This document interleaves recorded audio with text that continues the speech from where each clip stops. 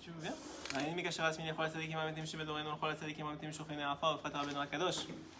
צדיק יסוד העולם נחנו ומקור חוכמה רבנו רבי נחמן נתגי ושמחה נחמן נאומן זכותו יגן עלינו גוי ישראל אמן. ערב טוב à tous, בעזרת השם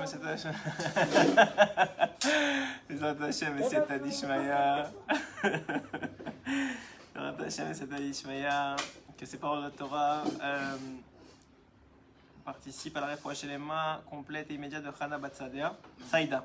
De Chana bat Saïda, Bezrat Hashem, réfoua shelema, réfoua nefesh ufot hagouf, et de tous les malades dans Israël.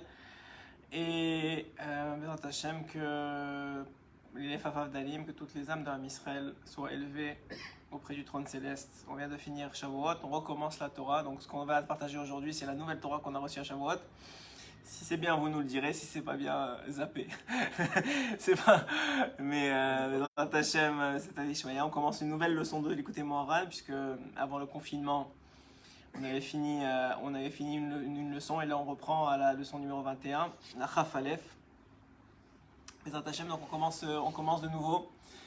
Et Baruch Hashem, c'est toujours un très très très grand plaisir de se retrouver ensemble pour étudier la Torah de Rabbeinu Akadosh, de Rabbi Nachman de Breslev et la Torah de façon générale et essayer ensemble de traverser, puisque Rabbeinu il a dit je suis venu dans ce monde pour vous aider à traverser les temps difficiles de la vie et vous aider à attendre jusqu'au Mashiach. Voilà pourquoi on étudie, pour arriver à tenir jusqu'au Mashiach. Arriver à tenir jusqu'au Mashiach arrive et que le Mashiach revienne. Alors Baruch Hashem, voilà, on est là. On essaye de tenir jusqu'au Mashiach et de Bezrat Hashem de naviguer à travers les voies tumultueuses de la vie, comme ça on dit. Hein. Et donc on va commencer un nouvel écouté Moharan. Avant de commencer l'écouté Moharan, on va faire une petite introduction, puisqu'effectivement on vient de finir Shavuot. Il y a une question que posent les Chachamim, qui est une très belle question, que j'aimerais répondre avec vous. Et la question est la suivante. La question elle est de demander, on sait que pendant tout Shavuot, avant tout Shavuot, depuis Pessah, on a compté toute la préparation à la Matan Torah, au fait de recevoir la Torah. Et ça a duré 49 jours, comme tout le monde le sait, on a compté jour après jour, Matan Torah. Et il y a une question qui se pose, c'est pourquoi le 50e jour on ne compte pas? Si tout le but du comptage, c'est d'arriver au 50e. Alors si on devrait quoi? On devrait compter 1, 2, 3, 4, 5 comme on a fait jusqu'à maintenant, enfin jusqu'à 49 jours, et au 5e jour dit c'est le 50e jour. Mais on ne fait pas ça. Au contraire, il est même interdit de compter le 50e jour. Dans le passage, c'est marqué ou compter 50 jours? Ouais, en plus dans le pasuk c'est écrit comme ça. Alors la question est pourquoi on ne compte pas? Alors Rabbeinu il pose la question, et il dit la chose suivante. Il dit qu'en vérité, c'est pour t'apprendre un principe fondamental dans la vie. C'est que autant que toi tu fais ta part, la finalité c'est pas toi. C'est jamais toi. Le 50e jour, tu ne peux pas le compter parce que c'est Hachem qui le compte pour toi. Donc si toi tu le comptes, tu dis quoi? Alors Hachem ne fait pas son travail. Donc en vérité, Hachem te dit ok, toi tu fais ton travail, moi j'ai mis dans le monde des sphirotes, tu sais comment ça marche? Les sphirotes, ça veut dire j'ai créé le monde avec des aspects de moi. Bien sûr que Hachem il est beaucoup plus infini que ce monde-ci, que tous les mondes réunis. Mais donc il a des sphirotes. Les sphirotes, c'est ces aspects de lui qui se dévoilent. Le chesed, la gvura, le chesed c'est l'aspect... c'est la bonté qu'il a dévoilée dans le monde. La Gvura, c'est l'aspect din, l'aspect rigueur qu'il a dévoilé dans le monde. Le Tif Eret, c'est l'aspect splendeur, etc., etc. Les 7 sphirotes qu'on connaît tous. Et donc quoi? Hachem il a dit voilà, moi à travers ces sphirotes, je vais me dévoiler. Et toi, tu vas faire tchouva à travers ces sphirotes-là. C'est-à-dire que dans le chesed, par exemple, dans une faute, en général, il faut comprendre, Rabbeinu il explique, que quand tu fais une faute, cette faute-là, elle ne peut pas être réparée en une seule fois. Ce n'est pas une seule tchouva qui suffit à réparer la faute. Pourquoi? Parce que cette faute-là, elle a des composantes. Par exemple, elle a une composante de chesed. Tu as fait trop de bonté dans cette faute-là. Tu as été trop généreux avec ton yitzhara. Ou etc. Et tu as un peu de din, tu as été trop rigoureux avec les choses. Donc il y a un peu de toutes les sphirotes dans cette faute-là. Et comme on sait que chaque sphira contient la sphira aussi, l'autre sphirote, ça veut dire quoi? Par exemple, dans le chesed, il y a Gvura Sheba Chesed, il y a Tiferet Sheba Chesed. Comme on a compté pendant Shavuot. Enfin, pendant 49 jours avant Shavuot. Donc là aussi, il y a en vérité 49 parties à la faute. Donc à chaque partie, il faut que tu fasses tchouva sur chaque partie de la faute. C'est pour ça qu'en vérité, ce qu'il appelle ça tchouva à tchouva, c'est-à-dire une réparation après une réparation, un retour après un retour. C'est qu'un homme, il ne peut pas dire ça y est, j'ai fait tchouva. En vérité, ça prend du temps. Mais il dit à un moment, Hachem il dit ok, c'est bon, ta partie tu l'as faite. Maintenant c'est ma partie. Et il dit même Akadosh Baruch Hu, il fait tchouva sur ta faute. Il dit comment c'est possible? Comment Akadosh Baruch Hu peut faire tchouva sur ta faute à toi? Alors il dit Rabbeinu, parce que Akadosh Baruch Hu, il fait tchouva sur le fait qu'il a créé un monde où tu peux fauter. C'est sa partie à lui. C'est-à-dire que si lui, il n'avait pas créé le monde où toi tu peux fauter, tu n'aurais pas pu fauter. Donc, il n'aurait pas, et s'il n'avait pas créé le Etzadara Tovara, il n'y aurait pas eu de question de faute. Il n'y aurait même pas eu de question de possibilité de manger. Voilà. Mais d'accord, mais le monde, il aurait pu être créé à Kaviachol, il aurait pu être créé fait différemment. Hachem, il a voulu le créer comme ça, il y a des raisons pour ça, parce qu'il faut qu'on faute pour faire tchouva et on devient plus grand et on répare et c'est beaucoup plus grand à la fin de la journée. Il y a Adam Arishon qui est reconstruit. Exactement, il y a Adam Arishon qui est reconstruit à la fin, il est beaucoup plus grand que celui qui a été construit, celui qui était avant la faute. Tout ça, c'est bien sûr que tous les Chachamim, le Ramchal et d'autres, ils expliquent en profondeur tous ces aspects-là. Mais en réalité, le fait même qu'il ait créé un monde où l'erreur existe, où le mensonge existe, où la faute existe, ça aussi Hachem dit ok, c'est ma part dans ta faute. Et celle-là, tu ne peux pas faire tchouva pour moi. Donc c'est moi qui fais tchouva. Donc la 50e porte de pureté, c'est celle qui te dit ok, c'est ma part ça. Ça c'est mon travail. Et c'est la vérité dans tout. Rabbeinu il dit que dans chaque chose que tu fais dans la vie, tu peux te monter et descendre. Mais Hachem, la finalité c'est lui. Tu veux faire des bonnes choses. Des fois, tu te réveilles le matin et tu dis, tu sais quoi, je vais bouger, je vais y arriver, je vais truquer. Et t'essayes de tous les côtés possibles et ça marche pas. Et tu te dis, mais attends, mais moi je voulais faire quelque chose de bien, j'ai jamais fait. Et des fois, pire encore, tu voulais faire quelque chose de bien et ça finit mal. Ça finit en problème avec des histoires, des marques locales. Tu dis, mais attends, mais moi je voulais juste faire le bien. Tu dis, Hachem, la finalité, c'est pas ton problème. La finalité, c'est pas toi. Akadosh Baruch Hu, il te dit, tu sais quoi, moi ce que je veux et ce que je vais juger, c'est pas la finalité. Parce que la finalité, j'ai un plan dans le monde. J'ai un plan et ce plan-là, c'est un train qui avance. Ce train-là, il va avancer que tu veux ou que tu ne veux pas. Maintenant, la question, elle est où tu veux être dans le train.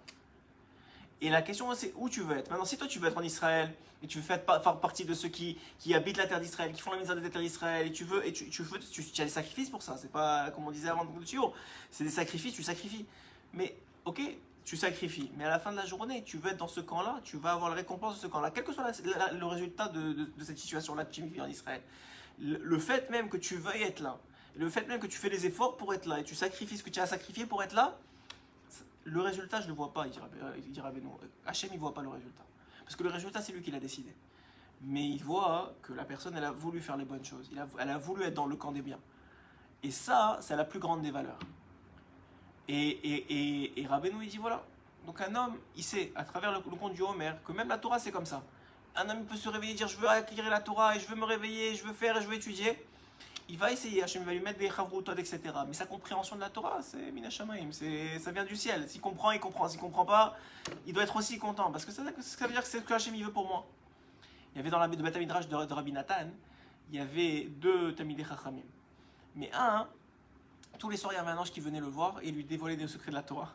Et le matin, il se réveillait, c'était une bombe atomique. Et l'autre, il travaillait. Il cravachait comme on dit, ouais, il cravachait pour comprendre la Torah, et à peine s'il comprenait le 10e que ce que l'autre il comprend. Alors un jour, il en a eu marre, il est venu voir Rabbi Nathan. Il lui a dit, comment c'est possible? Je vois que lui, tous les matins, il vient avec des chidushim de fou, et je le vois, il reste pas après les shurim avant, il sacrifie pas tellement le temps. Qu'est-ce qu'il a dit? Qu'est-ce qu'il lui a répondu? Il a dit, toi tu es dans les voies d'Hachem. Hachem, il sait que pour sa neshama, c'est ça qu'il lui faut, et pour ta neshama, c'est ça qu'il te faut. Comme on a vu sur Rabbi Yoshua ben Levi. Dans l'histoire de la Gemara, je ne sais pas si tu connais l'histoire de Rabbi Yoshua ben Levi. Rabbi Yoshua ben Levi, il était avec Eliyahu Hanavi. Et il va voir, et Rabbi Hanavi, c'était son copain, il venait voir tout le temps. Alors il lui dit à un moment, il dit Eliyahu, viens m'amener, je veux voir ce que tu fais dans la journée. Et il dit écoute, il n'y a pas de problème, je t'amène. Mais tu poses pas de questions. Je t'amène. Il n'y a pas de problème, tu poses pas de questions. Il dit ouais, je pose pas de questions, promis, tout ça, je viens avec toi. Il l'amène, il amène Rabbi Yoshua ben Levi, il suit Rabbi Eliyahu Hanavi, ils arrivent dans une petite ville. Vraiment pas shoot, vraiment personne dans la ville. Et là, il arrive dans cette ville-là, et il arrive dans une petite maison toute délabrée, avec une petite vache toute menue devant. Il tape à la porte, une vieille femme avec son mari, ils ouvrent la porte avec la petite bougie comme ça. Oui, vous êtes des voyageurs, vous n'avez pas où dormir, venez, il leur donne leur lit. Il avait un peu de pain et du beurre, il leur donne et du thé, il leur donne à manger. Et il les fait rentrer. Il les fait rentrer comme ça. Et ils passent la nuit. Pendant la nuit, en plein milieu de la nuit, Eliyahu Hanavi dit Rabbi Yoshua ben Levi, allez c'est bon, il faut partir d'ici maintenant. Il dit ok, il pose pas de questions, il part. En partant, Eliyahu Hanavi, il murmure à l'oreille de la vache, il lui dit il y a ratson que tu meurs. Et la vache elle meurt. Et bien Yoshua ben Levi lui dit attends, je comprends pas. Ils nous ont accueillis, ils ont voulu nous donner la Torah, ils nous donner leur lit, ils nous ont donné à manger, ils nous ont accueillis comme ça, c'est ça leur récompense. La seule vache qu'ils ont, un petit peu de peu le pain sec qu'ils ont, et tu leur enlèves. Et tu m'as dit que tu vas pas poser de questions. Il dit ok, pas de questions. Deuxième cas, le lendemain, ils se réveillent dans une autre ville. Et là, ils arrivent dans la ville et il y a un Richard en train de construire une maison 18 étages. Tu sais, une grosse maison, piscine, tout ce que tu veux. Il est en pleine construction, il est très occupé avec ses travailleurs, tout ça. Et là, Rabbi Yoshua, et là, à ce moment-là, Elianavi, donc Rabbi Yoshua, il lui dit qu'est-ce qu'on fait? On va lui demander, on va dormir cette nuit. Il dit ok, on va lui demander. Il dit est-ce que vous savez où est-ce qu'on peut dormir? Il dit bon, il y a une synagogue, vous pouvez aller dormir là-bas. Il ne rouvre même pas le gîte, ni les invite chez lui, ni rien du tout. Alors là, à ce moment-là, il fait ok, alors bon, Elianavi dit rien. Donc Rabbi Yoshua dit rien. Ils vont s'allonger dans la synagogue, ils dorment sur des bancs, ils ont mal toute la nuit, ils n'ont même pas mangé. Et pendant la nuit, encore une fois, il réveille Rabbi Yoshua. Il dit allez, là, on s'en va. Il dit ok, on s'en va. Et là, il passe devant la construction, et bien, personne, c'est la nuit. Il dit Ratson que la construction, elle se finisse. Et le gars, le lendemain matin, il va arriver, son château, il est déjà fini. Ah, il dit, je comprends pas, sérieux, je peux plus me retenir. La femme qui nous a recueillis, la femme qui nous a donné à manger, tu lui as dit, tu lui as enlevé la seule porte qu'elle a. Et lui, qu'il nous a même pas donné à manger, il nous a envoyé à la synagogue pour dormir. Lui, tu lui as fini son travail. Et tu m'as dit, tu veux pas poser de questions? Il a dit, écoute, je peux pas, c'est pas possible. Alors il lui dit, ok. La Gemara, elle continue avec d'autres exemples, juste pour comprendre l'idée. Et il lui dit, ok, je te dis la réponse, mais tu retournes chez toi après. Il dit, ok, mais de moi, c'est pas possible. Il dit, écoute, moi, cette femme-là, elle devait partir de ce monde. Par sa mitzvah, on a réussi à faire en sorte que c'est sa vache qui parte au lieu d'elle. Donc on lui a sauvé la vie. Maintenant, elle ne sait pas, elle va se réveiller le matin, elle va pleurer sur son sort. Elle va dire comment c'est possible, on m'a enlevé mon parnassa, je viens de faire une mitzvah. Ou bien elle a assez de moyens pour comprendre que tout vient d'Hachem et que tout est bien. Ça, c'est premier niveau. Deuxième cas, c'est celui du Richard. Il a dit le Richard, s'il avait continué à creuser pour faire son 18 étages là, il aurait trouvé un trésor. Moi je voulais pas, il ne nous a pas accueillis, il va pas trouver un trésor en plus. Donc on lui a fait perdre le trésor et on lui a fait monter son étage. Maintenant, les plans d'Hachem, on ne les connaît pas, on ne les comprend pas. Et Rabbeinu dit la même chose, la finalité, on ne la connaît pas. Mais ce qu'on connaît, ce qu'on sait, et ce qui a de la valeur aux yeux d'Akadosh Baruch Hu, c'est ta volonté. C'est qu'est-ce que tu veux vraiment. Qu'est-ce que tu veux vraiment. Alors, comme tu as dit, toi tu es monté en Israël par idéologie. On ne sait pas c'est qui, donc on peut parler. Mais tu par Israël par idéologie. Et ben même quand c'est difficile, tu as cette idéologie-là, elle te tient. Parce que c'est pas pour l'argent, ni pour la parnassa, ni pour rien. C'est pour le fait, c'est pour des vraies valeurs. c'est pour des vraies valeurs, ouais. Et ces valeurs-là, elles tiennent. Ces valeurs-là, elles te tiennent le jour et la nuit. Elles te disent, bon, allez, on y va, on continue. Et donc ça, c'est ça qui vaut la peine. Parce qu'à la fin de la journée, personne ne sait comment ça aurait été dans un autre pays, comment ça aurait été différent. On ne sait pas comment ça aurait tourné. Ouais, j'ai un ami qui m'a dit quand il est monté en Israël, à un moment il est parti voir un rabbin à Mekouba, etc. Il lui a dit il faut que tu montes, c'est dangereux pour toi la France. Et il n'a pas cru au début. Et il fait un accident de voiture. Bon, Hachem il s'en sort. Après ça, devant lui, il y a un autre accident de voiture qui arrive et là, malheureusement, c'était pas beau à voir. Bon, on prend 2-3 semaines, il a coup pour coup. Il a compris qu'il y avait un problème, il s'est barré. Maintenant, ici aussi c'était difficile, tu vois bien. Mais au moins, il est dans sa tête, il s'est sauvé d'un problème. Donc encore une fois, on peut pas jouer, on joue pas avec on joue pas dans le même jeu qu'Hachem. Nous on est les pions. Mais ce qu'on sait, ce qui a de la valeur, et ce que Shavuot nous apprend, les 49 jours nous apprend, et Shavuot nous apprend, c'est que la réalité c'est que la Emouna, d'ailleurs c'est ce que Rabbeinu nous dit que la Géoula elle viendra que par la Emouna. La vraie Géoula, le Mashiach il va se dévoiler parce qu'on a la Emouna. Dans la Emouna lui. D'ailleurs ma femme elle m'a dit Shabbat, un très beau chidouche. Elle m'a dit que elle a lu effectivement que Narshon ben Aminadav, celui qui est rentré dans la mer le premier, ça va être lui qui va donner naissance à plusieurs générations plus tard à Boaz, et Boaz va se marier avec Ruth, il va avoir David Améler, il va avoir le Mashiach. Et Narshon ben Aminadav, s'il n'avait pas fait cet acte-là d'Emouna, de rentrer dans la mer, personne n'aurait parlé de lui. C'était pas un Assis, c'était pas un Talmid Chacham Matsum de la génération, c'était pas Moshe Rabbeinu, c'était pas Aaron, c'était pas Chour, c'était pas... Personne ne le connaissait ce gars-là. Mais parce qu'il avait tellement d'émouna en Hachem, il est rentré dans l'eau, même jusqu'au nez. Il était prêt il a dit Hachem, il va pas me laisser comme ça, il va ouvrir la mer.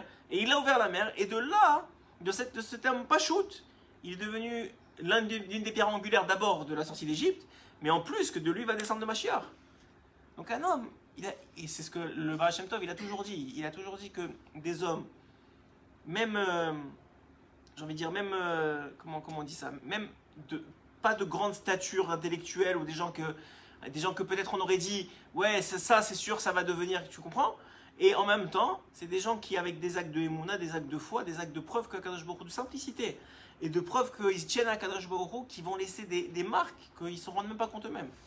Et le Baal Shem Tov, il a toujours dit ça à ses élèves. Il a dit, ne sous-estimez jamais personne. Et il leur donnait l'enseignement suivant, ne sous-estimez jamais la bracha de personne. Pourquoi? Parce qu'on ne sait pas qu'est-ce que Hachem, par quoi il passe. Et l'individu, il peut passer des ménirotes et des difficultés qui sont beaucoup plus grandes que quelqu'un qui est assis à étudier la Torah dans un coin. Ça, personne ne sait. Pourquoi je vous dis tout ça? Parce que cette Torah-là, hein, qu'on va étudier aujourd'hui, c'est une Torah qui est née de la souffrance de Rabbeinu. Rabbeinu, il a perdu une fille, Loa les nouvelles en Lechem. Il a perdu une fille qui s'appelait le nom de sa mère, Fega.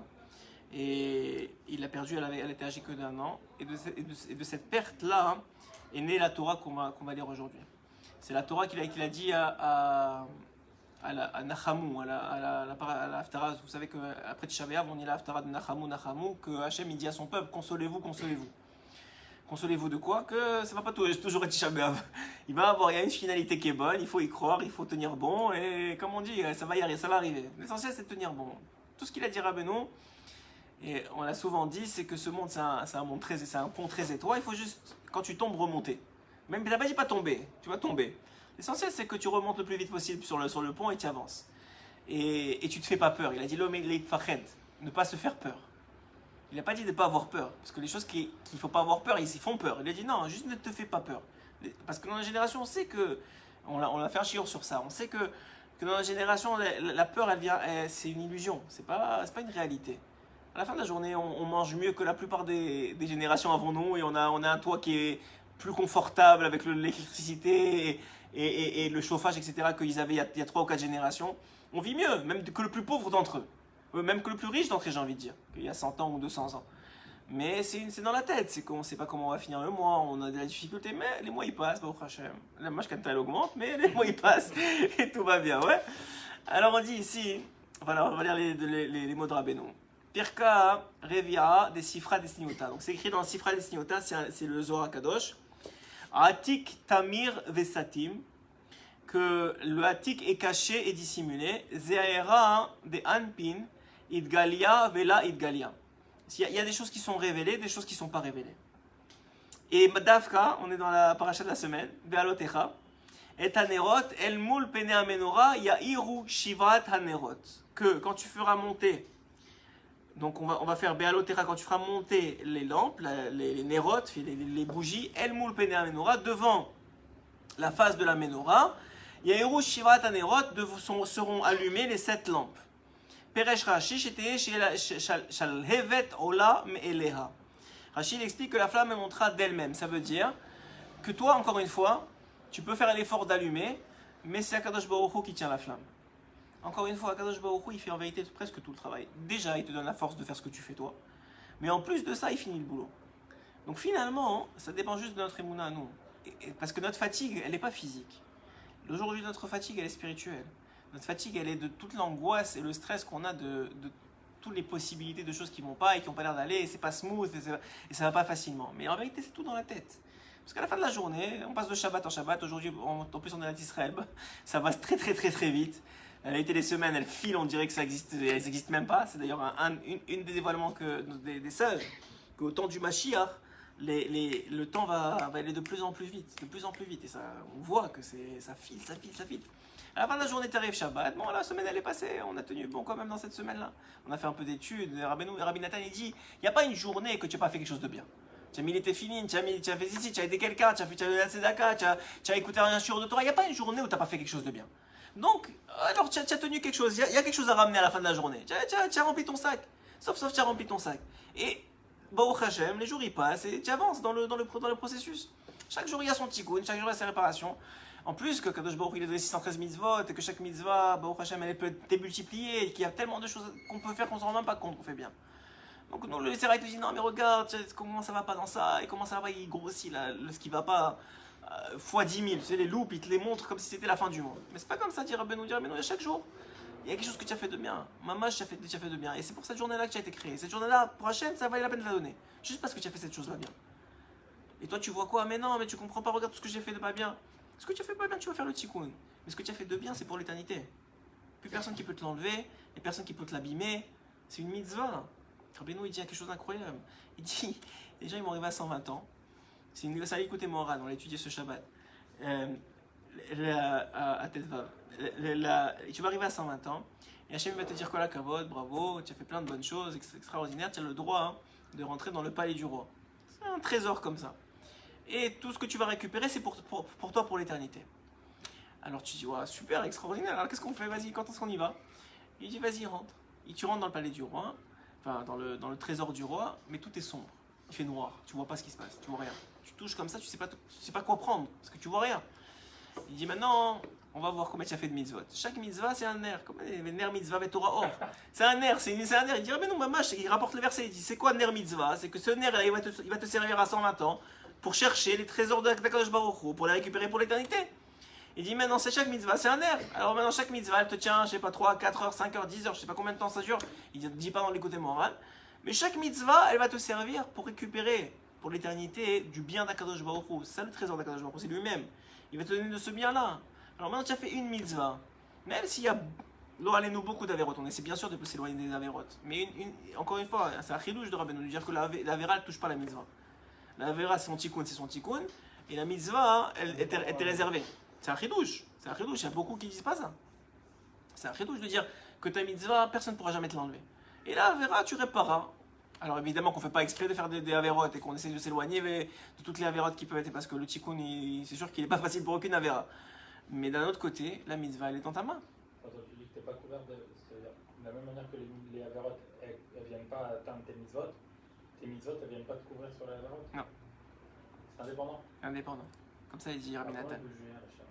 Comment on peut quoi? Comment Hachem il peut te juger? Alors voilà, tes mitzvot, elles te sont gardées. Le jugement, il est à savoir, est-ce que la balance, elle était négative? Il y a une balance, mais la balance était négative, et si la balance est négative, il faut que tu répares toutes les avérotes. Si la balance était positive, on compte que les mitzvot, on te laisse passer. C'est faux, hein? Et Rabbeinu dit qu'il y en a qui n'ont même pas de mitzvot, ils peuvent rien faire, alors le tzaddik, il vient, il lui donne de son habit, c'est un autre écoutez Moran, ça. Mais tout ça pour dire quoi? Que c'est chavé pour toi de vivre une journée. Le gars, devine, à la fin de sa vie, pleurer. Il a dit, pourquoi si vous pleurez, on dit alors nous quoi? On doit s'enterrer déjà sous terre, c'est pas la peine qu'on vive. Si avec vous, tout ce que vous avez fait dans votre vie, vous pleurez, qu'est-ce qu'il nous reste nous à faire?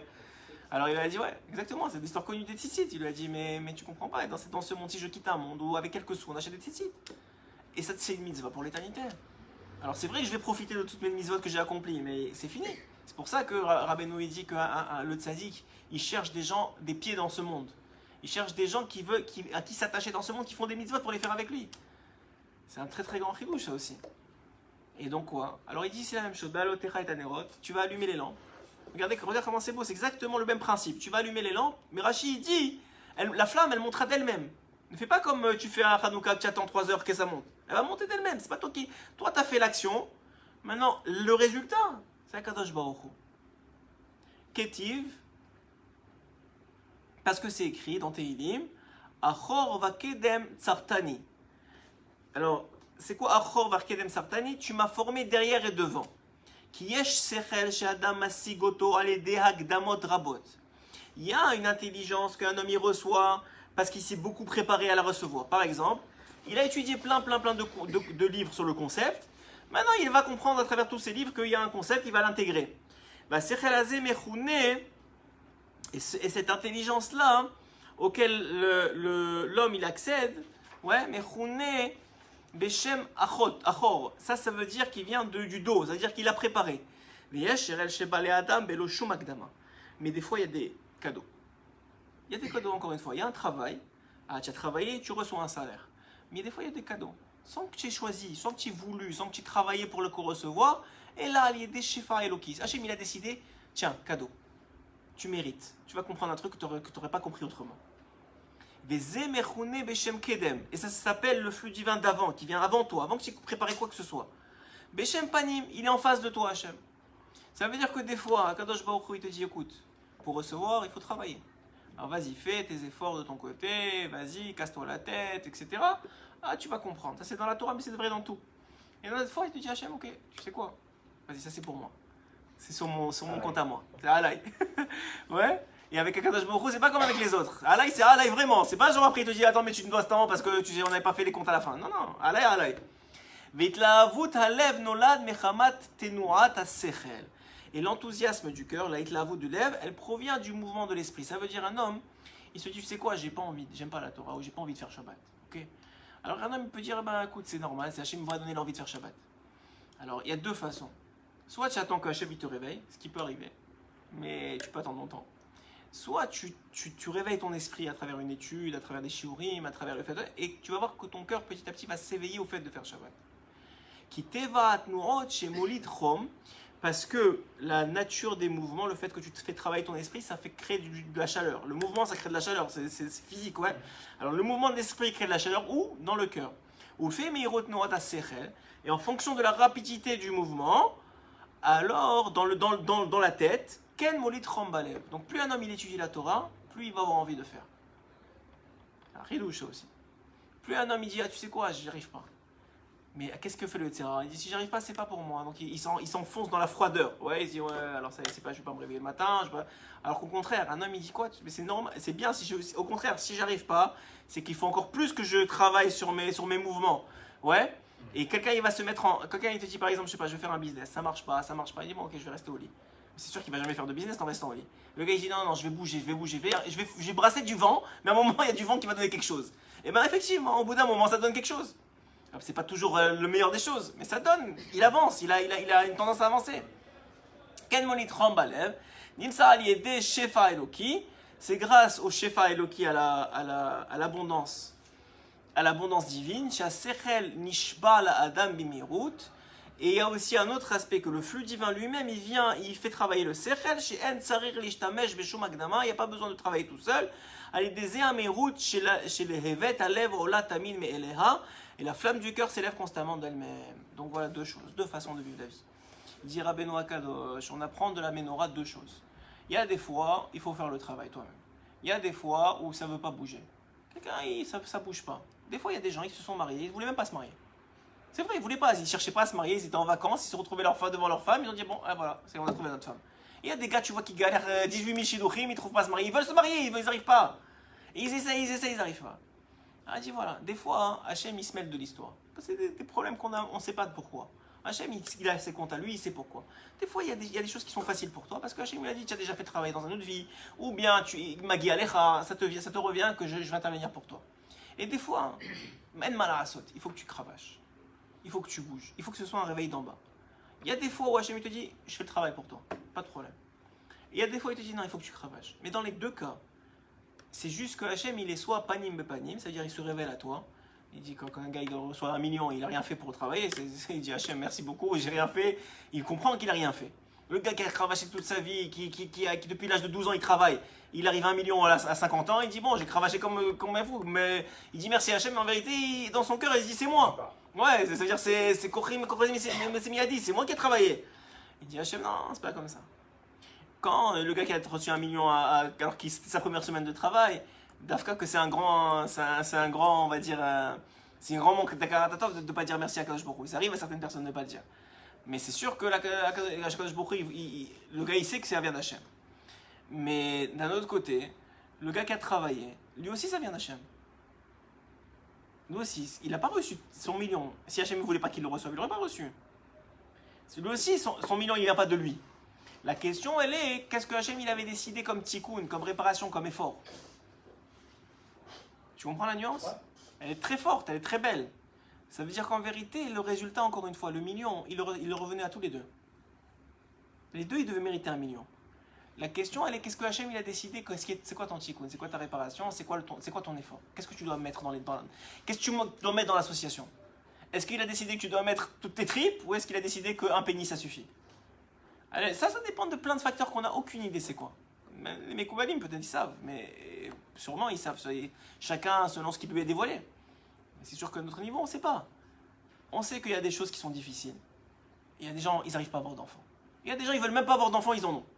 Tu dis comment c'est possible? Le gars il veut pas, l'autre ça fait 5 ans qu'il prie, qu'il pleure, qu'il invoque tous les tzadikim, il n'arrive pas. Hachem il a décidé comme ça. Les deux Magi Alem les enfants.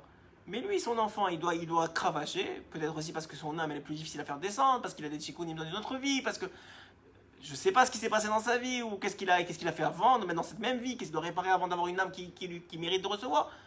Et l'autre, pour X ou Y raison, cette âme-là, elle doit lui venir facilement. Mais ça, c'est ce que Hachem, il sait qui sont les comptes des efforts. Mais le résultat, encore une fois, hein, il n'en dépend pas de nous. C'est-à-dire que si l'enfant, il revient à la personne, comme ça ou comme ça. Comment ça t'aide à avancer ça dans la vie? J'ai compris. Ah, voilà, très bien. C'est très bon. Tachles, très bien. Ça, c'est les questions de Rabbeinu. Qu'est-ce que tu en tires, Tachles? Tu en tires que tu te décourages jamais. Pourquoi? Parce que tu te dis, moi, je ne cherche pas le résultat. Quand est-ce que tu te décourages? Quand tu cherches le résultat. Quelqu'un, il veut un enfant. Il n'a pas d'enfant. Il va avoir un médecin, 2 médecins, 3 médecins. Et il dit, ça y est, il commence à pleurer. Sa femme, elle pleure. Ils se pleurent ensemble. Il dit, ça y est. Alors que la personne, elle dit, non, moi, j'ai la mitzvah de vouloir faire des enfants. Donc, il se décourage jamais. Tant qu'il n'a pas d'enfant, il continue à vouloir. Il continue à travailler pour. Moi, j'ai la mitzvah d'amener la parnassa chez moi. Ah, mais le gars, il dit, attends, moi, je veux la parnassa. Donc, le premier business, il marche pas. Le deuxième, il marche pas. Je dis, ça y est, j'arrête de travailler. À quoi ça sert? Je me plante à chaque âge. Non, le gars, il dit, non. Moi, ma mitzvah, c'est de chercher à faire de la parnassa. Après, Hachem, il se décide ce qu'il veut faire. Et je suis pas doeg. Je me stresse plus avec ça. Ce qu'il veut faire, il fait. Et le résultat, c'est pas moi. Moi, j'ai été honnête. Et ça aide à être honnête aussi avec soi-même. Parce que le gars qui ne croit pas en ça, et qui croit que c'est mais Kochem a dit, ça vient de lui, il va chercher toutes les possibilités de tromper le monde et de tricher pour arriver à son résultat. Parce que lui, ce qui lui importe, c'est le résultat. Lui, il s'en fiche de la façon d'y arriver. C'est le principe d'égoïsme. La fin justifie les moyens. C'est pas comme ça avec Akadosh Baruch Hu, dit Rabbeinu. Dit Rabbeinu, la fin, elle te revient. C'est-à-dire, même si tu crois. Hein? Même elle te revient. Pire, il dit le gars qui vole, c'est ce qu'il dit Rabbeinu? Que le gars qui vole, ce qu'il a volé, ça lui revenait. Maintenant, il l'a perdu. Parce qu'il l'a volé.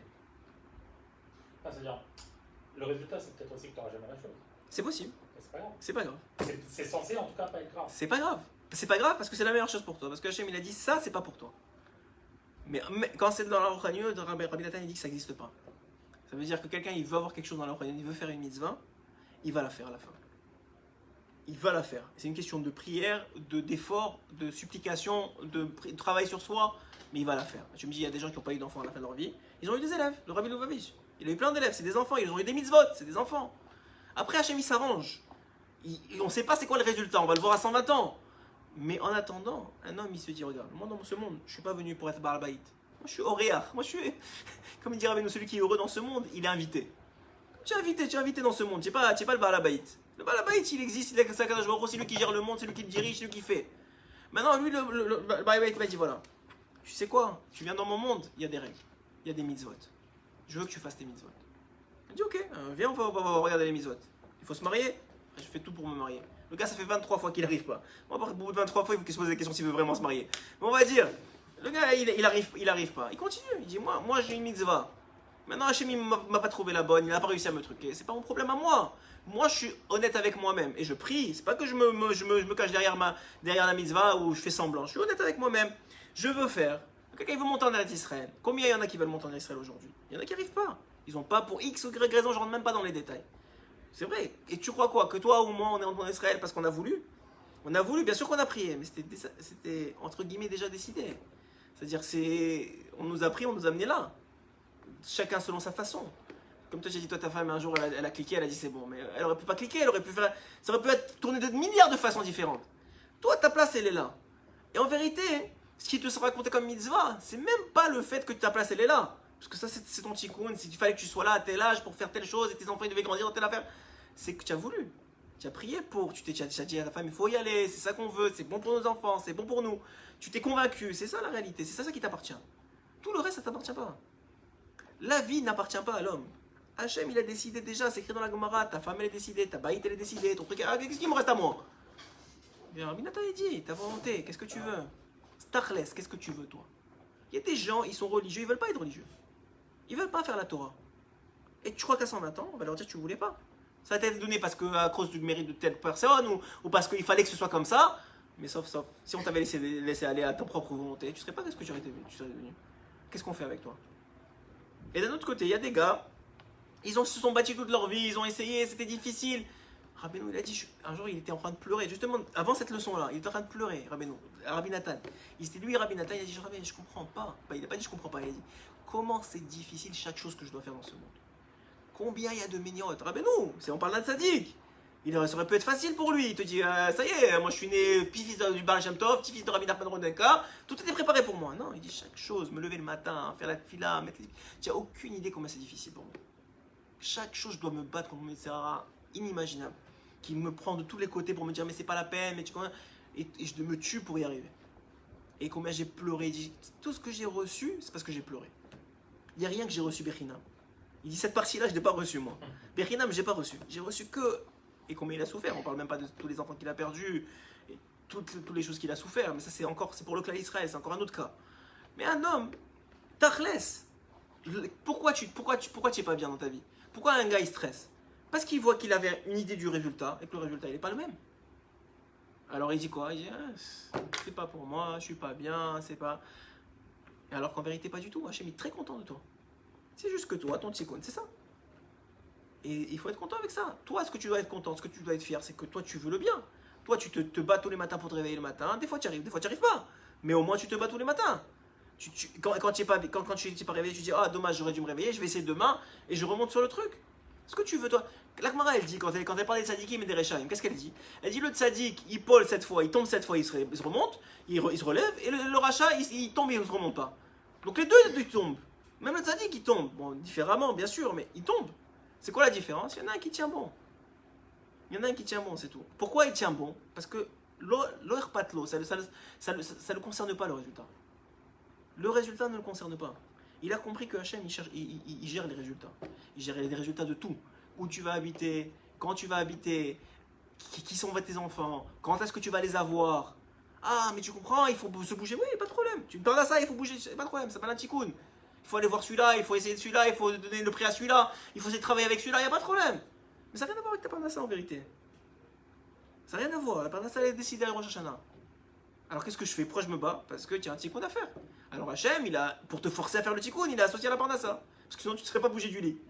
Mais c'est une réalité que le résultat de l'année, ça dépend pas de ça. Ça dépend pas, mamash, ça dépend pas de ça. Il y a des tzadikim. Alors c'est vrai, il y a des tzadikim qui étudient. Moi, il y a des avrechim ici dans le collège qui sont propriétaires de leur appartement. Comment ils ont fait? Je sais pas comment ils ont fait. Ils ont eu un peu d'aide au début avec les parents, ils ont réussi avec les cadeaux, ils ont investi tout de suite, ça a pris de la valeur, ils ont racheté un autre truc. C'est des avrechim, ils n'ont jamais travaillé de leur vie. Et le gars, il travaille, il est endetté jusqu'à là. Alors comment c'est possible? Il a choisi un tikkun plus calme, il a la Torah, etc. C'est aussi une façon de remplacer le tikkun. Mais non, il dit, la Torah, c'est le meilleur des tikkuns. Ça veut dire que quelqu'un, il a une émouna tellement forte qu'il étudie. Et d'ailleurs, chaque fois que tu prends sur toi d'étudier, ça t'enlève de la souffrance. Ça t'enlève de la douleur du tikkun. Pourquoi? Parce qu'il dit Hachem, ok, c'est écrit sur les Lévi'im. De quel droit ils sont sortis d'Égypte? C'est écrit que seulement ceux qui ont travaillé, qui ont peiné, ils sont sortis d'Égypte. Pourquoi les Lévi'im sont sortis d'Égypte? Alors le Zohar, il répond. Il dit parce que les Lévi'im, ils ont peiné dans la Torah. Leur peine qu'ils ont mis dans la Torah, c'est équivalent à la peine de se faire fouetter. Donc ils ont eu aussi le droit de sortir d'Égypte. La seule chose, c'est qu'ils ne sont pas multipliés comme les autres. Physiquement, spirituellement, ils sont sortis. Mais physiquement, ils n'ont pas eu la bracha de se multiplier 6 fois, les femmes et les enfants et 6 enfants. Parce que ça venait juste avec le fouet. Ça venait avec le fouet. Ça, c'est une autre histoire. Mais la bracha de sortir d'Égypte, pourquoi? Eux aussi, ils ont peiné. Eux aussi, ils se sont battus. Donc encore une fois, c'est nous qui choisissons. On choisit entre guillemets, qu'est-ce qu'on veut. Alors chacun a son niveau. Il y a des gens, ils peuvent pas rester toute la journée à la Torah. Parce qu'ils ont pas assez de mots. C'est pas mauvais. Peut-être Hachem ne veut pas ça d'eux non plus. Mais ils sont pas bien. Ils se disent, mais il faut au moins que je fasse quelque chose, il faut au moins que j'essaie de travailler, il faut au moins que je fasse... C'est dans leur nature, ils ont été éduqués comme ça, ou c'est dans leur tête. Mais un homme, il ne peut pas rester 24-24. Pourtant, on a vu nos parents, nos grands-parents, ils sont tous bons Hachem, ils ont tenu bon. Avec beaucoup moins de moyens, ils étaient très contents et tout allait bien. Aujourd'hui, on a besoin de plus en plus, tu vois quoi. Peut-être que si tu gagnes moins, ton fils ne demandera pas les dernières Air Max, il te demandera quelque chose d'autre, et ça va s'équilibrer à la fin de la journée. Mais ça, c'est les comptes d'Hachem.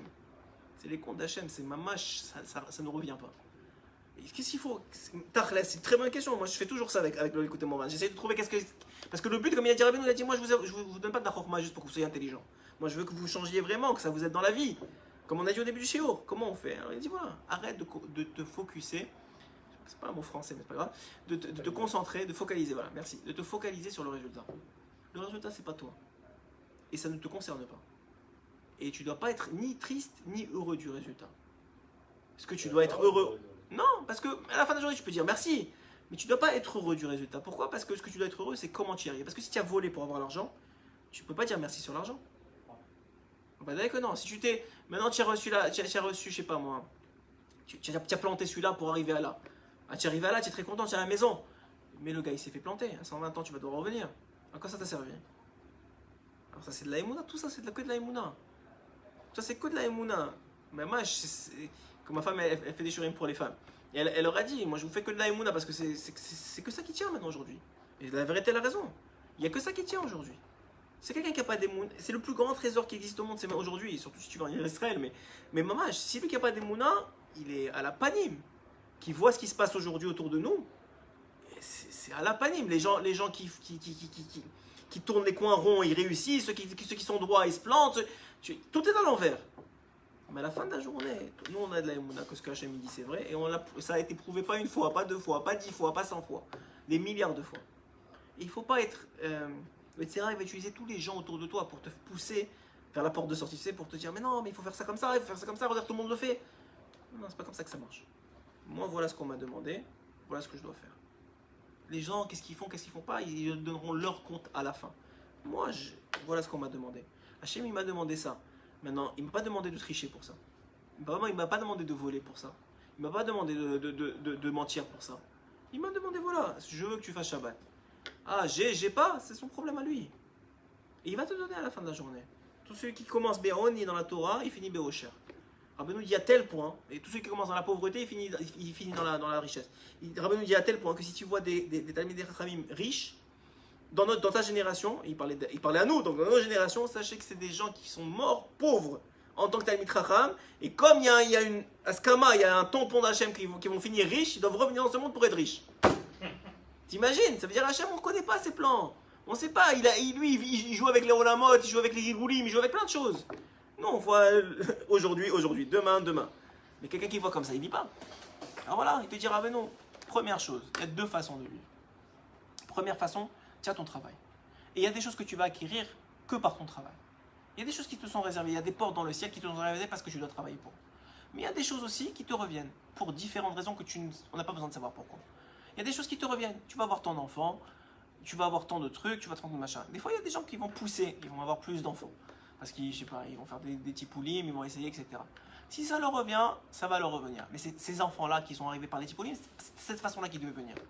Pour plein de raisons. Il y en a qui vont finir par césarienne, il y en a qui finissent des choses bêtes. Tu vas dans une maternité, il y a 3 ou 4 qui vont finir en césarienne, elle va finir naturelle. Pourquoi? C'est qui a décidé? Pourquoi elle devait souffrir la césarienne et l'autre, tchic-tchac, c'est sorti? C'est des comptes Hachem, il n'y a pas. L'enfant, il va sortir, il met bien là. C'est ton enfant. Comment il sort? Pourquoi? Qu'est-ce qui est arrivé? Azov, tu vas jamais y arriver si tu commences comme ça. Tu vas tout le temps être triste. Parce que pourquoi lui? Pourquoi moi? Et pourquoi moi j'ai eu ça? Et ma soeur, elle était beaucoup moins de cette déquête que moi. Elle arrivait à temps. Azov, tu vas jamais y arriver si tu continues comme ça. Il faut comprendre. La vie, elle est millimétrée. Elle est gérée de la meilleure façon qui soit. Elle est... Alors, qu'est-ce qu'il faut faire? Ton travail. Voilà, j'ai un plan de match. Les 613 mitzvot. Dans les 613 mitzvot, il y a des besoins. Il faut de l'argent, il faut de la santé, il faut regarder, je m'en occupe. C'est aussi une mitzvah. C'est une mitzvah que, par exemple, de travailler pour pouvoir faire la tzedaka, etc. C'est une mitzvah de s'occuper de faire du sport pour s'occuper de sa santé. Il y a des choses qui sont les tsurech ha mitzvah. C'est une achana la mitzvah. Comme quelqu'un qui prépare une souka, ça aussi c'est une mitzvah. Mais c'est pas la mitzvah en tant que telle. La mitzvah c'est de rentrer dans la souka. Oui, mais c'est la achana la souka. Alors un jour, Rabbeinu et Rabbi Nathan est venu voir Rabbeinu et il lui a dit. Alors il lui a dit comment tu as fait pour Sukkot? Alors il dit la vérité, j'ai pas fait grand chose, j'ai prié. Et à un moment il y a quelqu'un qui est venu me voir, il m'a dit tu as fait ta Sukkot? Et c'était la veille de Sukkot. Je lui ai dit non. Et il m'a dit, et il est venu, il m'a monté la Sukkot, il m'a tout fait, je suis rentré dedans. Et l'autre, alors là-bas il y avait, je pense que c'est Rabbi Naftali, si je me trompe pas, qui était à côté de lui, il a dit moi ça fait 3 semaines que je n'arrête pas de construire et taper et truquer et machin. Alors Rabbi Naftali, il voulait montrer que Zama il a travaillé pour la Souka, lui, c'est quelque chose. Alors Rabbeinu lui a dit, ne t'en orgueillis pas, lui aussi il a travaillé pour la Souka. Tu crois quoi, la prière c'est pas un travail? Qu'il a pleuré, il a prié pour la Souka, lui aussi il a travaillé. C'est juste qu'il a emprunté une voie, toi tu as emprunté une autre voie, vous êtes arrivés au même résultat. Tous les deux au Magi Alachem une Souka. Mais la question, elle est comment tu la prépares? Ça, c'est chacun. Qu'est-ce que Hachem il a demandé? Rabbi Nathan, il n'avait pas les moyens. Il était très pauvre. Pendant une grande partie de sa vie, il était très, très, très pauvre. Donc, il n'avait pas les moyens. Donc, Hachem, il a compris, j'ai pas les moyens, mais je veux faire la mitzvah. Bah, je vais prier, c'est ce que j'ai dans les mains. L'autre, Rabbi Nathan Naftali, il avait Baruch Hashem, un beau-père, un truc, un machin, il avait de quoi. Ok? Ah ben, il a commencé à construire, il a tapé. Lui aussi, il s'est fatigué. Il s'est fatigué différemment. Donc, la fin de la journée, elle est pas encore une fois, c'est pas le résultat.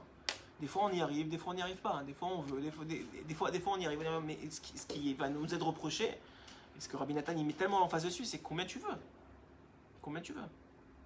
Et je le répète, ça fait plein de shiurim qu'on fait dessus, mais les gens ils comprennent pas. Les gens, pourquoi? Parce que ça fait 2000 ans qu'on est en exil, que les goyim c'est seulement si tu as un résultat. Si tu n'as pas de soukha à la fin de la journée, on s'en fiche que tu as prié pendant 3 jours. Ça vaut rien aux yeux d'un goy. Un goy il va te dire, ben écoute, il n'y a pas de soukha. Un goy il va te dire, ben il n'y a pas de produit. C'est comme quelqu'un il amène sa voiture au garagiste. Le gars il travaille 3 jours dessus, il trouve pas le problème. Il dit je suis désolé. Il dit ben moi je te paye pas, t'as pas répondu mon problème. Ah j'aime pas comme ça. Ah je me dis t'as travaillé 3 jours dessus, combien d'heures par heure? Voilà c'est temps par heure, ok je te paye tant. Mais tu n'es pas réparé, c'est pas grave, je te paye. Parce que la réparation c'était pas toi en vérité. C'est super beau en réalité quand tu y penses. Quand tu commences à réfléchir à l'idée que Hachem il paye l'effort. C'est la plus petite Mishnah, les fum tsara agra. En fonction de l'effort et de la récompense. Il s'en fiche du résultat. Hachem, il n'a pas besoin de toi pour le résultat. Il a le train, il avance. Il va arriver à la finalité. Le train, il avance complètement.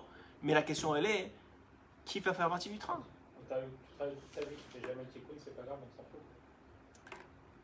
Mais le travail, c'est le tikkun. Non, c'est-à-dire... Tu comprends l'idée? Le résultat, c'est une manière d'avoir un mifra, d'évaluer le travail que tu as fourni.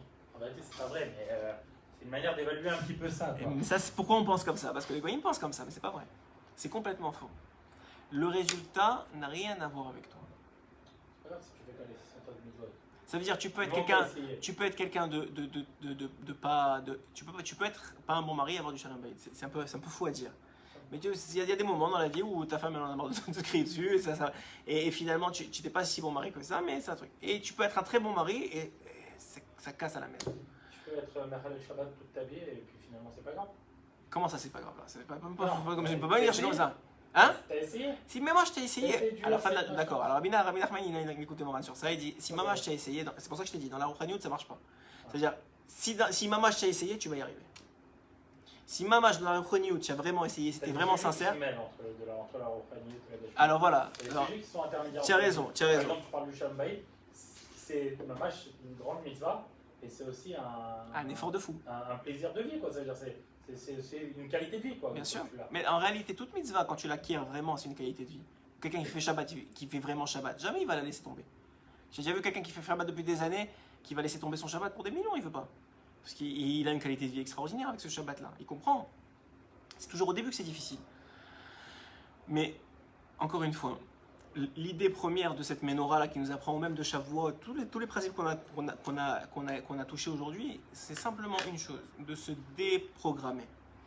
D'arrêter de voir le résultat. Des fois, tu viens faire un shiur, même en tant que des shiurim, mais tu dis, ok, il y a tant de personnes qui l'ont vu, alors c'était un truc, et il y a un temps, ça vaut rien, c'est pas ça qui définit la qualité du shiur. La qualité du shiur, c'est BMT, est-ce que tu as touché des points que Hachem il a voulu que tu touches, est-ce que tu as étudié, qu'est-ce qu'il fallait tout étudier, est-ce que tu as transmis honnêtement là, dans tout tu peux faire ça. Dans tout tu peux faire ça. C'est-à-dire qu'un gars il peut se planter dans son business, mais il a été honnête, c'est ça son tikkun. Le gars il devait planter. Tu connais l'histoire du Baal Shem Tov? On va évaluer la qualité de ton travail. Avec l'honnêteté. La qualité de ce que toi tu devais faire. 100%, avec l'honnêteté avec laquelle tu es sorti. Le travail, c'est qu'une question d'honnêteté. Ça veut dire, est-ce que tu as été honnête dans le travail? Est-ce que tu as été droit? Est-ce que tu as laissé un bon nom? Est-ce que tu peux te regarder dans une glace? Toute personne, elle peut faire ça. Elle sait ce qu'elle a fait. Je veux dire, elle sait où elle a été droite. Bon, tu peux me dire, elle ne peut pas connaître toutes les halakhot, peut-être, mais plus ou moins, tu te rends compte.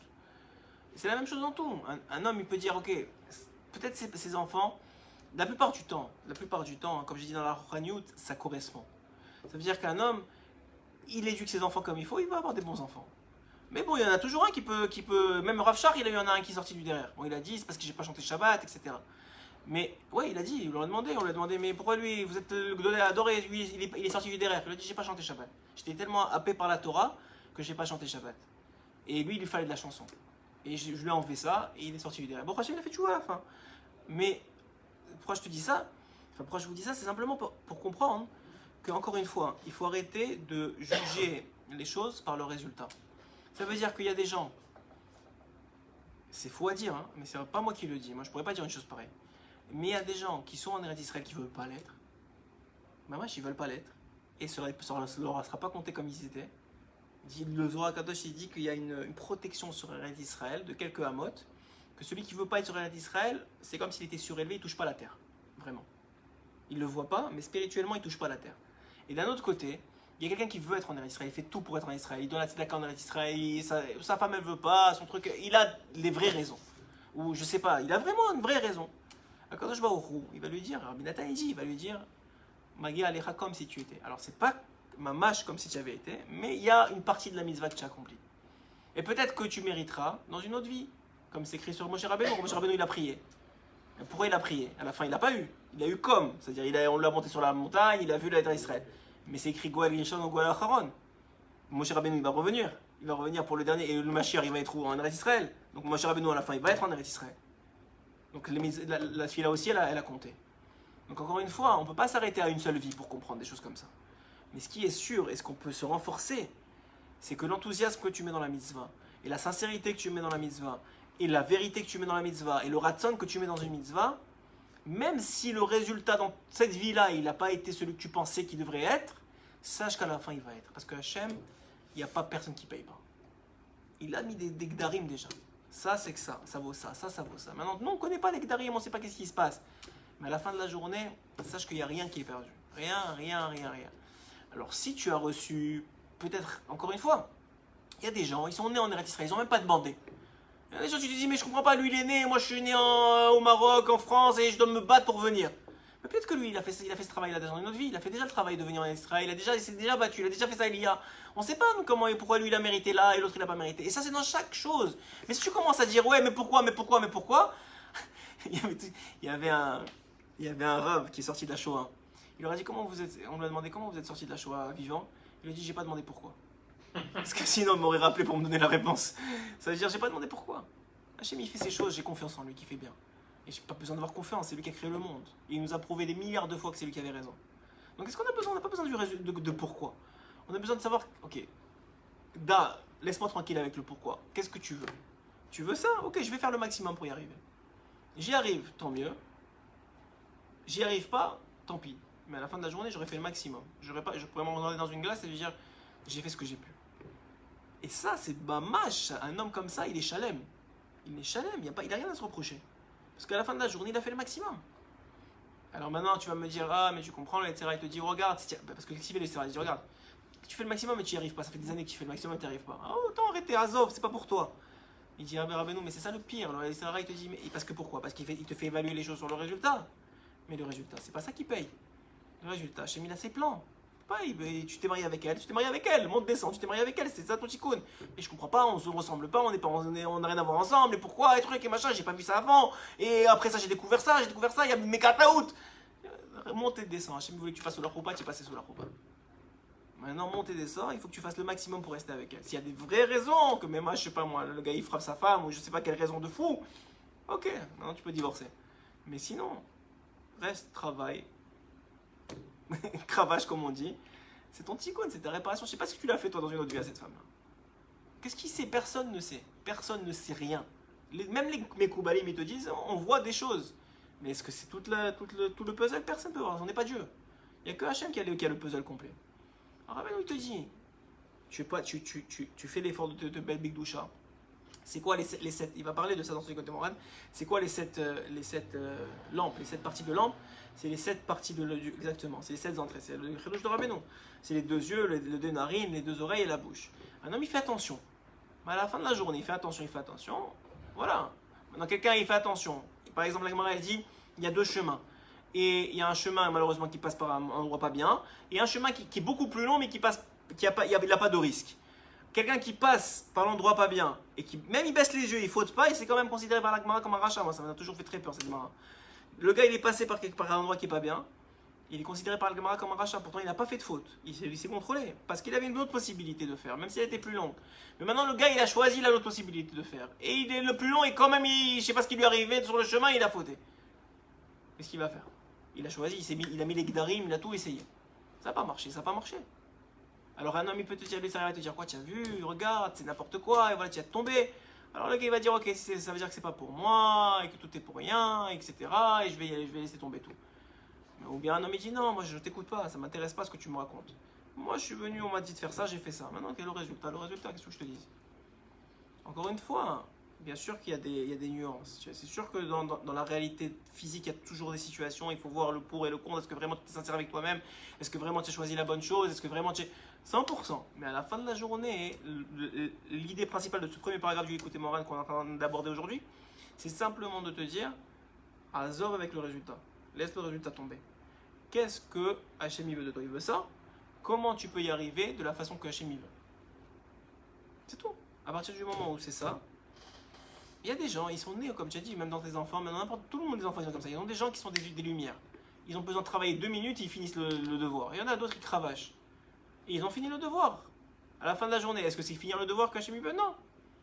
Il y en a un qui a reçu ça parce qu'il a un autre travail sur un. Tout le monde a eu le travail, donc il a un travail sur une autre mida, peut-être la colère, peut-être la patience, peut-être ce que tu veux. Il va travailler dans sa vie, t'inquiète pas pour lui. Et l'autre, son travail, c'est maintenant. Il faut qu'il travaille sur ses devoirs. Alors quoi? À la fin de la journée, peut-être il aura une moins bonne note. Ça, entre guillemets, Hachem, il s'en fiche. Ce qu'il veut savoir, c'est est-ce que tu as fait ce que tu avais besoin de faire. Tu as fait ce que tu avais besoin de faire? C'est bon, j'ai plus rien à te demander. Tu comprends l'idée? Je comprends très bien l'idée. J'ai juste une Vas-y. problématique. Vas-y. Comment tu définis que tu as fait ce que tu avais à faire? Comment tu dis, ok, j'aurais peut-être pu faire plus, ou j'aurais pas pu faire plus, ça m'aurait nuit.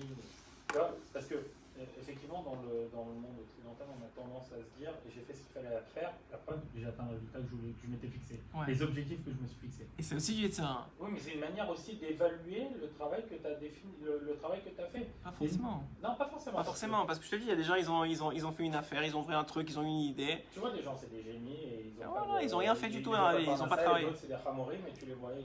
Et moi, je connais personnellement un gars, il s'est pas signé son nom. Il a des rues à New York. Il s'est pas signé. Quand je te dis c'est pas signé son nom. Il fait des croix. Et il a des rues à New York. Comment il faisait? Il rentrait, il sentait le truc, il disait ok, vas-y, allons-y. Et c'est une émouna de fou, ça. Mais chacun son mazal. On va pas dire lui, il fait pour lui, l'autre, il est ingénieur aéronautique, il a pas réussi à faire.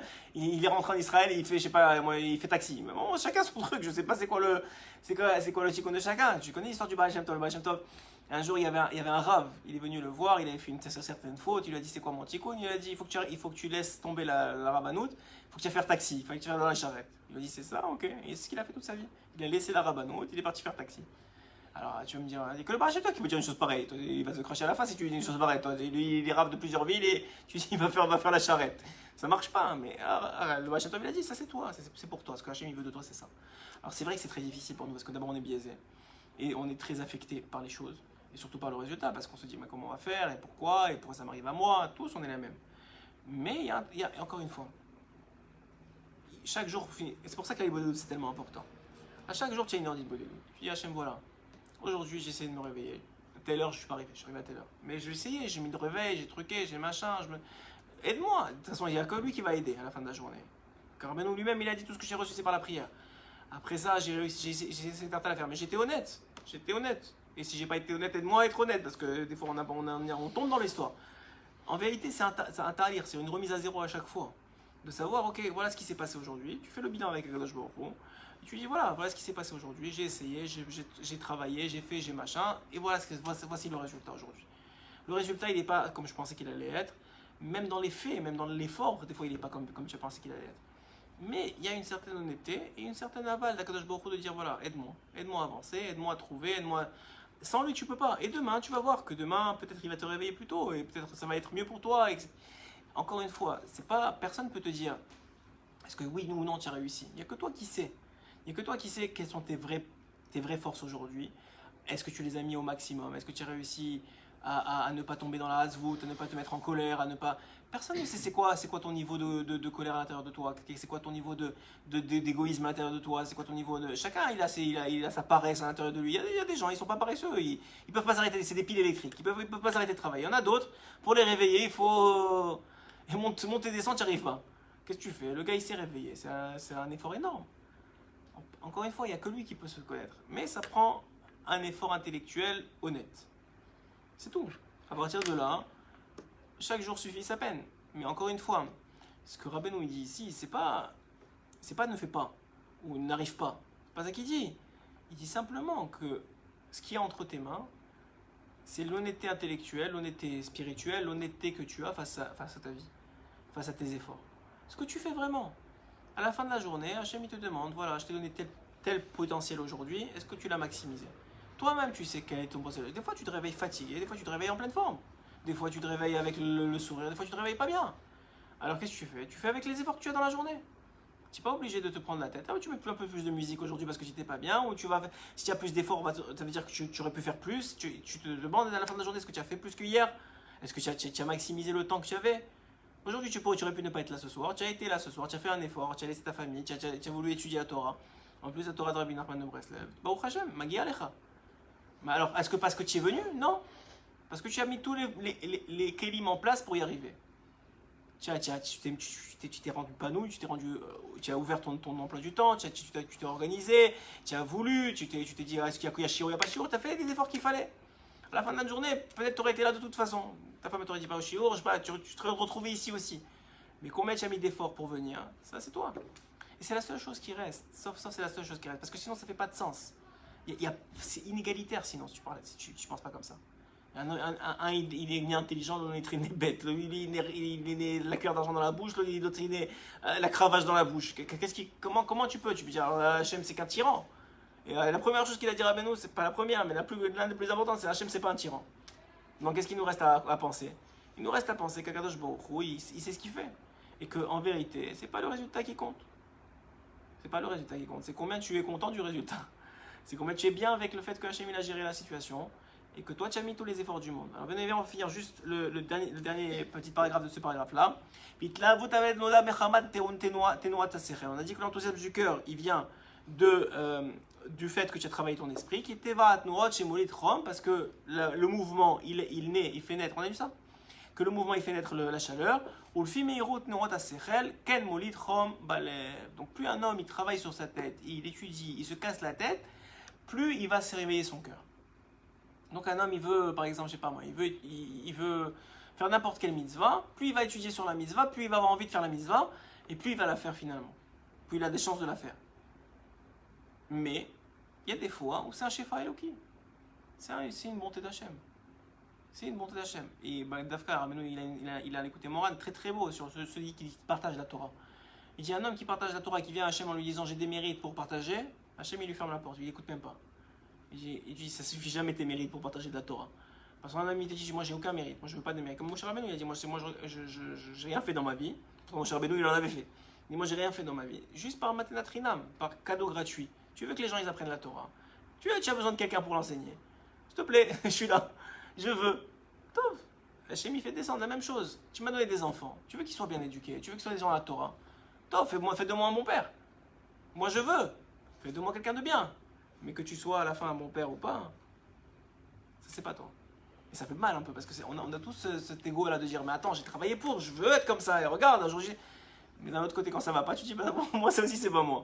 Donc la vérité, et ça c'est un grand ridouche, moi j'ai toujours été impressionné. Hein? C'est pas un risque que les gens... De se dédouaner. Que les gens se déculpabilisent et se disent... Encore une fois. De toute façon, le résultat, c'est pas moi. Ouais. Après, ça demande une honnêteté. Voilà, c'est un problème d'honnêteté. Tu peux pas parler à des gens qui vont utiliser la Torah comme Sam Mavet, comme une élixir de mort. Qui vont dire, sa femme, elle lui dit, écoute, tu es pas mon mari, bah c'est pas moi. Non, il y a des efforts à faire. Elle mal à la saute.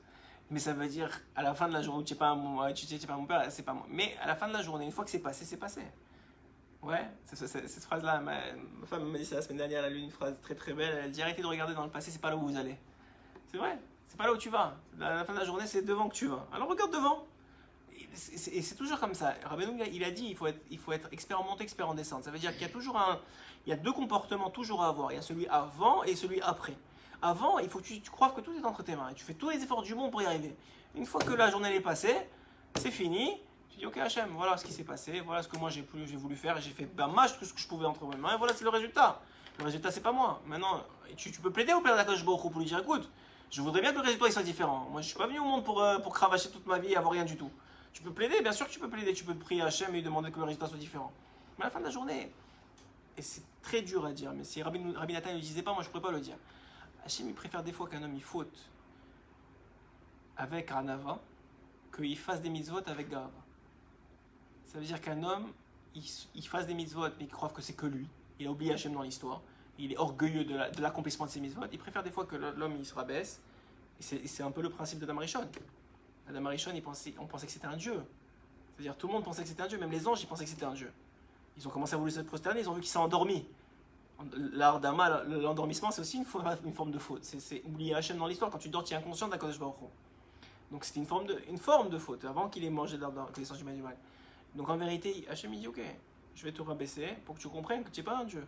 Tu n'es pas venu dans ce monde pour être un dieu. Et tu n'arriveras pas à ton tikkun si tu penses que tu es Dieu. C'est dommage, parce qu'un homme il n'acquiert toute sa Torah, toute son ampleur que par un Anava. C'est le principe du mariage. La femme c'est la première qui te dit oh rabaisse-toi, t'es pas le patron ici. Ouais, sauf c'est ça le principe. Les enfants la même chose, quand tu n'y arrives pas, les enfants ils te remettent en question toute la journée. Le patron, le travail, c'est une remise en question permanente. Celui qui vient en Eretz Israël, plusieurs, moi je parle avec des médecins. Les médecins dans les autres pays du monde ils sont vénérés, genre ils sont payés, ils sont truqués, c'est des médecins.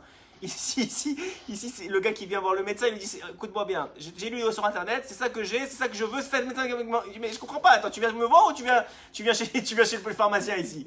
Il dit au début quand tu es choqué, moi je parlais avec un médecin qui a fait ça il y a quelques temps, il dit au début j'étais choqué. J'étais choqué comment les gens ils réagissent ici. Il vient te voir, il te dit son frère il lui a dit ça, sa grand-mère elle lui a dit ça, son père il lui a dit ça, il a fait son diagnostic, il a fait son traitement, il vient juste prendre sa prescription. Il dit mais c'est pas comme ça que ça marche. Viens on voit ce que tu as, viens on réalise. Le gars il a déjà tout travaillé, mais ça c'est ici, c'est comme ça. Israël c'est tachlès. Un homme ne croit pas que tu es médecin, tu es truc, tu es machin, tiens Kelly. Alors ok d'accord, bien sûr qu'il faut éduquer les gens et que c'est juste pour blaguer qu'on dit ça, mais que dommage que tu as fait des études et que tu comprends ce que peut-être mieux que lui. Il faut que tu lui expliques, mais c'est un travail, c'est un effort. Ici, c'est comme ça, c'est que la réalité, elle fait en sorte qu'il n'y a rien de facile, tout ce qui a de la valeur n'est pas facile à faire. Donc, il ne faut pas se désespérer. Toi, ce que tu veux, c'est faire les efforts. Si, regarde, Mamash, il y a une Mishnah qui dit des fum tsara agra. En fonction de l'effort, la récompense. Si un homme, il comprend ça, il veut faire plein d'efforts. Il s'en fout de la récompense. Enfin, la récompense, c'est-à-dire, il s'en fout du résultat. Il s'en fiche du résultat. Il veut faire plein d'efforts. Parce qu'il sait que lui, c'est comme l'histoire Rabbeinu, il a raconté une histoire qu'il y avait un homme qui avait été engagé pour remplir de l'eau. Au bout de quelques jours, il a réalisé qu'il y avait un trou dans le seau. Donc il s'est arrêté de remplir. Et au bout de quelques jours, le propriétaire du seau, il vient le voir et lui dit alors, j'ai vu, je sais pas, il n'avait pas de matslema, mais j'ai vu que tu t'es arrêté au bout de 2 jours. Donc voilà, tant il te revient. Je dis mais on avait prévu plus. Je dis d'accord, mais moi je t'avais demandé de remplir 5 jours, tu n'as rempli que 2 jours. Il dit mais regarde, ton seau il est troué. Et il dit mais ça c'est pas ton problème. Moi, ton seau il est troué, c'est mon problème à moi. Toi je t'ai demandé juste de remplir. Qu'est-ce que tu t'en fiches que le seau est troué, il est pas troué, c'est pas ton problème à toi. Alors là, mais le gars il s'est arrêté, il a perdu sa parnassa parce qu'il pensait qu'il fallait qu'il remplisse le seau. Non, il fallait qu'il fasse semblant de remplir le seau. Il fallait l'effort de venir, de ramasser l'eau, de le remplir, ça oui, ça c'était toi. Mais qu'il soit rempli ou pas, c'est pas toi. L'histoire sur le Machonara, une histoire de qui doit vider la mer. Ouais, exactement, c'est la même chose, c'est la même racine. Et c'est une vérité dans toute chose. Avec Akadosh Baruch Hu, c'est comme ça que ça marche. Et quelqu'un qui n'a pas compris ça, il va être très malheureux dans sa vie. Très malheureux. Il va tout le temps être pourquoi. Il n'y a pas de pourquoi. Il n'y a pas de pourquoi. Tu arrêtes de te poser la question pourquoi. Il n'y a pas de pourquoi. Il y a comment. Comment je peux faire pour améliorer les choses? Comment je peux faire que demain soit meilleur qu'aujourd'hui? Comment je peux faire pour m'approcher de Dieu? Comment je peux faire pour... Comment? D'accord. Pourquoi il n'y a pas?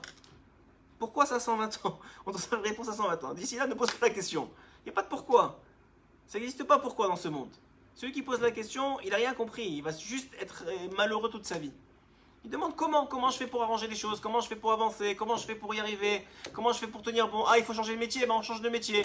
Ah, il faut encore changer de métier, encore on change de métier. Et ouais, c'est comment, le comment il change. Je sais pas qu'est-ce que je vais faire. J'ai décidé que comment il change. Ici, ils ont fermé, maintenant il y a un autre business, il y a un autre truc, il faut que je continue. C'est comme ça. Regarde, et c'est une réalité aujourd'hui. On parlait juste avant le studio. À l'époque, il faisait un frigidaire, ça durait toute la vie. Un travail, ça durait toute la vie. Aujourd'hui, c'est plus le cas. Aujourd'hui, il faut changer, il faut évoluer, il faut s'adapter. Chaque jour, c'est différent. Et avec maintenant encore cette nouvelle situation de cette maladie-là, on ne sait pas comment. Les gens qui travaillent avec l'étranger, ils ne travaillent plus avec l'étranger. Il faut retrouver un autre truc. Il faut s'adapter. Comment Alors quelqu'un dit, mais pourquoi? Mais moi, j'étais bien où j'étais. Et ça marchait bien avec les avions. Et maintenant, je ne peux plus prendre l'avion. Et comment je vais faire?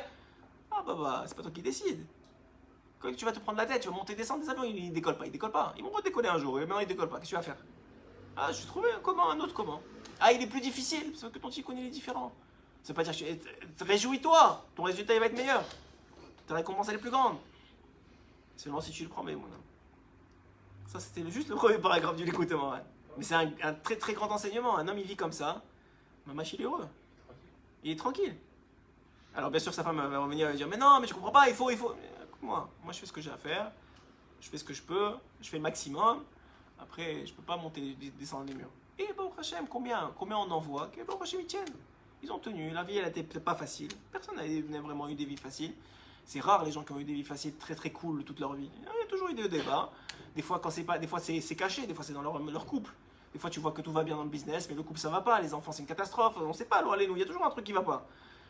Donc la réalité, c'est quoi? Tu tiens bon. C'est tout ce qu'on te demande. Tu tiens bon. Tu remontes sur le ring et tu recommences. Et s'il faut changer le comment, ben, tu changes le comment pour rester sur le ring. Si tu es tombé de cette façon-là, ben on va voir comment on tombe pas de cette façon-là. Et si tu retombes, ben tu recommences. Et c'est tout. Et à la fin de la journée, les jours ils passent. Toi tu avances petit à petit, tu fais confiance à Kadosh Baruch Hu, tu continues à être honnête avec lui-même, honnête avec toi-même. C'est tout. À la fin de la journée, c'est ça qui compte. Et à 120 ans, on fera les comptes. À 120 ans, on aura le temps de dire pourquoi. On va te dire. Et la Gemara elle dit que qu'est-ce qu'il va faire venir à Mashiach? Il va dire pourquoi. Il va tout expliquer. Tous les pourquoi il va leur dire. Et tout le monde va être super content. Pourquoi dit la Gemara? Elle dit parce que tu vas comprendre que le pourquoi il avait une vraie raison. Parce que même si on t'explique pourquoi, tu vas pas comprendre maintenant. Mais si on va te dire, tu sais quoi, c'est parce qu'en vérité, tu avais fait telle chose dans une autre vie, en vérité ta femme, elle a fait ça, et en vérité ton enfant, il devait dire comme ça, sinon il serait pas venu, il aurait eu telle affaire. Alors allez, nous, il serait arrivé telle chose ces journées-là, heureusement que tu as eu un ticket là-bas. Ah, tu vas devenir fou si on t'explique maintenant. Mais à 120 ans, on te va tout expliquer, tu vas être heureux. Tu vas dire merci Hachem que c'est comme ça. Zakou Baruch. Yalla.